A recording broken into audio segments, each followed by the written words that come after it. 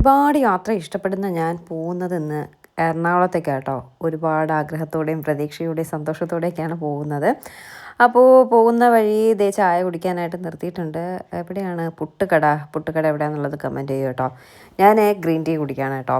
എന്നിട്ട് നേരെ അടുത്ത സമയമായി ബ്രേക്ക്ഫാസ്റ്റ് കഴിക്കാനായിട്ട്. ഞാൻ ദേ വീട്ടിൽ നിന്ന് എന്താണ് ചെറുപയർ ദോശയും ഉള്ളിച്ചമ്മന്തിയൊക്കെ കൊണ്ടാണ് നടക്കുന്നത്. എത്ര ദിവസത്തേക്കൊന്നും അറിയത്തില്ല. ഭയങ്കര ഡയറ്റ് എന്നൊക്കെയാണ് പറയുന്നത്.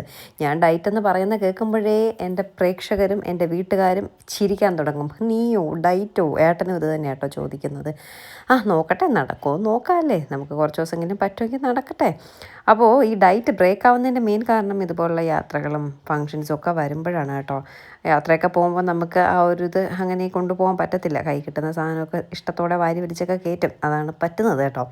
പോകും വഴിയായിരുന്നു നമ്മുടെ ആർത്തങ്കൽ ചർച്ച്. അവിടെ കയറി ഒന്ന് യേശുപ്പച്ചനോട് പ്രാർത്ഥനയൊക്കെ നടത്തി. 2-3 പ്രാവശ്യം ഇതുവഴി പോയപ്പോഴും കയറാൻ പറ്റിയില്ല. അപ്പോൾ ഇന്നാണ് അതിനുള്ള സമയം എത്തത്. ഇന്നാണ് യേശുപ്പച്ചൻ പറഞ്ഞത് നീ ഇന്ന് കയറിയിട്ട് പോയാൽ മതി എന്ന് പറഞ്ഞു.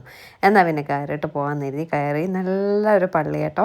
അതിൻ്റെ കൺസ്ട്രക്ഷനൊക്കെ എനിക്ക് ഭയങ്കരമായിട്ട് ഇഷ്ടപ്പെട്ടു. ഒരുപാട് പഴക്കം ചെന്ന പള്ളിയായിരിക്കും. നമുക്ക് ഇതിനെപ്പറ്റിയൊന്നും വലിയ ഐഡിയ ഇല്ല. അതുകൊണ്ടാണ് ഞാൻ ഒരുപാട് ഡീറ്റെയിൽ ആയിട്ട് പറയാത്തത് കേട്ടോ. എന്നിട്ടൊരു 11-12 മണിയൊക്കെ ആയപ്പോൾ നമ്മൾ എറണാകുളം എത്തിയത് പോയത് എന്താണെന്ന് പറഞ്ഞില്ലല്ലോ. കുറച്ച് നമുക്ക് ചുരിദാർ മെറ്റീരിയൽ കഴിഞ്ഞ പ്രാവശ്യം എറണാകുളത്ത് നിന്ന് എടുത്തത് ഭയങ്കര മൂവ്മെൻ്റ് ആയിരുന്നു കേട്ടോ. ഭയങ്കര ഇഷ്ടത്തോടെ ഇപ്പോഴും ഓരോരുത്തർ ചോദിക്കുന്നുണ്ട്.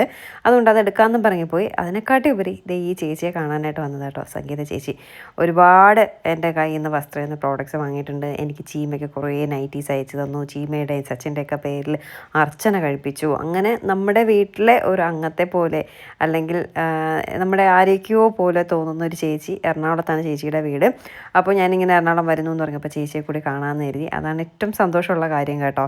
നമ്മൾ ഡ്രസ്സ് എടുക്കാൻ വരുന്നതിലുപരി ആ ചേച്ചിയെ കാണുന്നതിൽ ഒരു എക്സൈറ്റ്മെൻറ്റിലാണ് ഞാൻ വന്നു.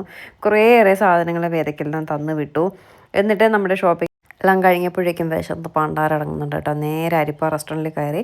അവിടെ ചെന്നപ്പോഴേക്കും അവിടുത്തെ സ്പെഷ്യൽ എന്താണെന്ന് വെച്ചപ്പോഴേക്കും റാവുത്ത ബിരിയാണി. നേരെ ഡയറ്റീഷ്യന് മെസ്സേജ് ഇട്ടു, ഒരു ബിരിയാണി കഴിച്ചോട്ടെ. അപ്പോൾ എന്നോട് പറഞ്ഞു ചിക്കൻ പീസ് കൂടുതൽ എടുത്തിട്ട് ചോറ് ലേശം കഴിക്കാൻ പറഞ്ഞു. ഞാൻ നോക്കിയപ്പോൾ അവരിതേ കുറേ ചോറെല്ലാം കൊണ്ട് തട്ടി തന്നു കേട്ടോ. പക്ഷേ എങ്കിലും ഞാൻ കുറച്ച് ചോറും ചിക്കൻ പീസ് കൂടുതലാണ് കഴിച്ചത്. എന്നിട്ട് വൈകുന്നേരം ആയപ്പോൾ നമ്മൾ വീടെത്തി. ഒരു 10 മണിയൊക്കെ ആയപ്പോൾ വീടെത്തി. വേദയെ നെട്ടയത്താക്കിയിട്ടാണ് പോയത്. വേദയും വിളിച്ചിട്ട് വീട്ടിൽ വന്ന പാടെ തന്നെ വേദ സംഗീത ആൻറ്റി എന്താ എന്നൊക്കെ പറഞ്ഞ് നോക്കുകയാണ്.